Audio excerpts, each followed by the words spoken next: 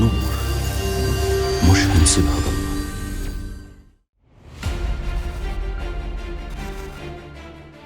على مر التاريخ الأرض عصرت ممالك كتير. ممالك كان حكم الملك فيها هو القانون، كلمته كانت سيف على رقبة الناس، اللي يقوله كان لازم يتعمل. بكلمة يبني، بكلمة يهد، بكلمة يعاقب، وبكلمة يعني اللي هو عايز يعمله بيعمله.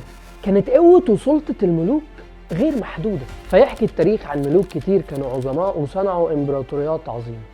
لكن مع الوقت كل الملوك بيمشوا وكل الإمبراطوريات والممالك بتنتهي، لحد ليلة التواضع الإلهي، ليلة ميلاد المسيح. الليلة اللي عرفت فيها الأرض المملكة اللي ملكها أبدي ما بينتهيش، المملكة اللي ملكها ملك الملوك يسوع المسيح. ومن الناس اللي عرفوا الحقيقة دي بدري بدري كانوا المجوس. علشان كده من ضمن الهدايا اللي قدموها ليسوع كان الذهب. الذهب كان نبوة عن ملك يسوع، بس مش الملك الأرضي اللي بيجيله وقت وينتهي، ملك يسوع ما بينتهيش.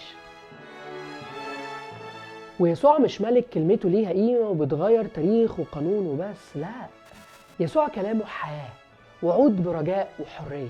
حتى أحكام تساعدك وتحميك قبل ما تحاسبك أو تعاقبك. كلام يسوع نور ينور الطريق اللي بيتبعه. بس لو احنا فعلا عايزين يسوع يكون ملك على حياتنا، لازم نعامله معاملة الملك.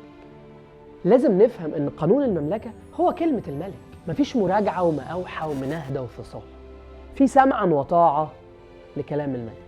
ووارد يكون في ملوك على الأرض ما يستاهلوش نوع الطاعة ده، لكن الأكيد ان يسوع يستحق يملك على حياتنا الملك ده، علشان يسوع هو الملك الوحيد اللي دفع ثمن الملك ده. يسوع هو الملك الوحيد اللي مات علشان الناس اللي هيملك عليها، الملك اللي جه يخدم ما يتخدمش، اللي جه يحب، يدي نعمة ويدي رحمة ويدي خلاص. يقول عنه الكتاب كده: إنه ولد لكم اليوم في مدينة داوود مخلص، هو المسيح الرب. يسوع هو الملك الوحيد اللي يستاهل تمشي له الرحلة اللي مشيوها المجوس، بس من غير ذهب. يسوع مش عايز ذهب، يسوع عايز قلبك وبس.